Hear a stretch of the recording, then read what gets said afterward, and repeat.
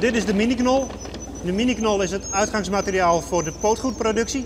En van de pootgoed komen uiteindelijk de aardappelplanten waar de aardappels vandaan komen die op ons bord terechtkomen. En deze miniknollen maaien dus door het nieuwe protocol nou ook de Chinese merk op. Een merk van meer dan 1 miljard inwoners. Een mooie opstekker voor het juiste jarappelbedrijf. Al zal de miniknollenhandel haar net voortaan dadelijk meer winst opsmieten. Nee, in principe niet. De export van miniknollen, daar gaat ons niet om het geld. Het gaat ons puur omdat wij met onze rassen makkelijker China binnen kunnen komen. En waarom wil je hem dat graag? Omdat wij op onze rassen hebben wij kwekersrecht. En als we dan in China onze rassen in de markt kunnen zetten, dan kunnen we daarmee in China geld verdienen. Het is de bedoeling dat van de Nederlandse rassen dadelijk een grutpad in productienaam wordt.